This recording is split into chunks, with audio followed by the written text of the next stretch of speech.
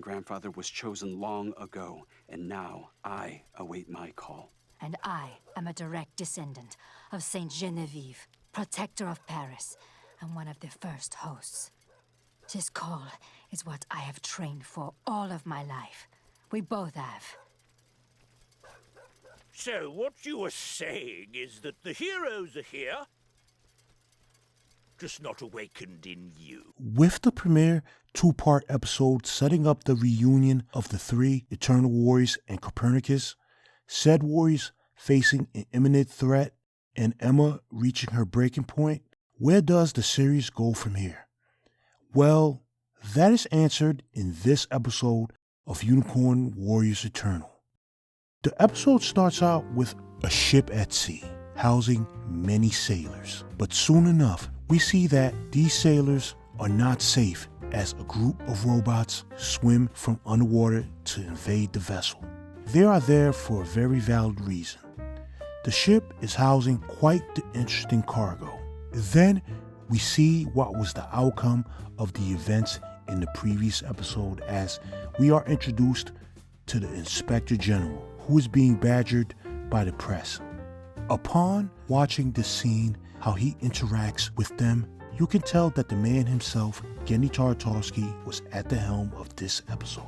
The scene doesn't only manage to recap everything in the previous episode in the guise of the reporter's questions, it also manages to inject a bit of humor in it as well. The Inspector General was quite hilarious and a man that means business. With little time wasted, his officers start apprehending anyone associated with using magic, despite his disbelief in magic existing at all. The character designs of the policemen and their antics are reminiscent of 1920s vaudeville cinema. This is Genndy. Pop cultural and movie references are his bread and butter, and it's on full display here. Little does he know, the culprits that he is looking for are actually underground. We see that the Warriors are trying to process what happened in the previous episode. Well, mainly Edred, as he is distraught over Emma abandoning the team. Speaking of Emma, she decides to take a visit to her home. This scene shows a contrast between Emma's present situation and her past. This is masterfully shown with the decor of her room and house, which was quite elegant and had a barrage of colors, while Emma herself looked dark, reflective, and of course clad in all black. This juxtaposition works quite for the scene itself. The scene also has her seeing mirages of her past, a past that is slipping away from her. She has this need to get her life back, especially the love of Winston, who asks her a beautifully romantic question that had the most obvious answer to it. Heck, I even answered it before Emma did, for goodness sake. This speaks volumes about how well presented these characters are. Love is a beautiful thing, you know? Out of desperation to reclaim her identity, she puts on one of her dresses from her closet and a wig to hide what she ultimately can't. Soon enough, she encounters her parents at the house and they reveal that Winston is in fact alive. And her father knows the cold, hard truth that Emma refuses to accept. Thank goodness she is alive. Is she? Fairfax! It's just that is not our daughter. Emma visits the hospital, despite knowing that she can get caught, which unsurprisingly happens. Let's just say that things don't end well for Emma or the cops at the hospital. While the rest of the Warriors are in search of Emma, she and Melinda have a face-to-face confrontation. No thanks to a certain Swami. Let's just say that Emma is going to need a refund. What a buffoon that guy was.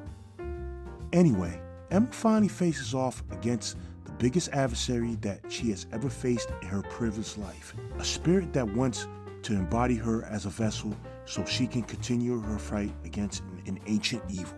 The scene is the culmination of Emma finally coming to grips with a destiny that she can't escape. The episode's huge emphasis on Emma's plight is handled greatly and drives the point that fleshed out characters can carry the story. The same can't be said about Sang and Eldrid's vessels. Well, at least not yet, as I presume they will eventually get their own character development as well. Oh, remember the ship that the robots had invaded? Well, the cargo they were looking for present themselves as they were an army of stone Spartan soldiers. They show up just in time to cause more trouble for the Eternal Warriors. While Sang has to contend with a nine-tailed fox in the astral plane. Yes, the same fox depicted in Naruto's Shippuden. Oh, Gendy. Anime? A man of references indeed. As you can imagine, it doesn't take much thought to know who is behind this entire fiasco.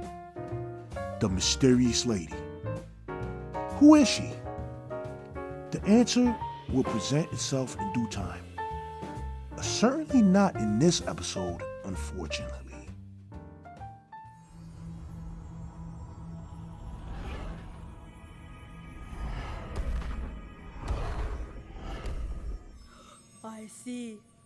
I see. The Cosmic Walker. The episode was superbly well-paced and well-written by Derek Bachman, who should thoroughly get the credit here, as he is the head writer of the series. With Gendy at his side, he manages to nail the three key aspects that always made Gendy's cartoons so great: humor, pop culture references, and great character development. The huge emphasis on Emma's plight to regain her life back drove this episode entirely. Unfortunately, the villains in the episode served as a plot device and were just thrown in for the sake of having an action-packed set piece. Usually, this would have been bothersome, but Emma's longing for the life that has been upended by a spirit made this episode great to watch. This was textbook character development at its finest, something that most anime series don't really put much care into these days. So far, Unicorn Warriors Eternal is nailing this aspect quite well. Hopefully, this is extended to Edred and Sang's vessels as well. Even though there wasn't further plot development in the episode, it did continue to set up the vessels' chemistry and also Emma and Melinda's struggle to coexist with one another. From what I have seen so far, the Warriors are in for a very difficult journey ahead of them. Maybe Lao Sheng should have been Melinda's vessel instead. Maybe not. I have battled this evil for over 1,000 years, each time driving it back. And now in this present, you, a stubborn, petulant child, will cause it to kill all of humanity. I don't even know what to say to that. Relinquish yourself to me, or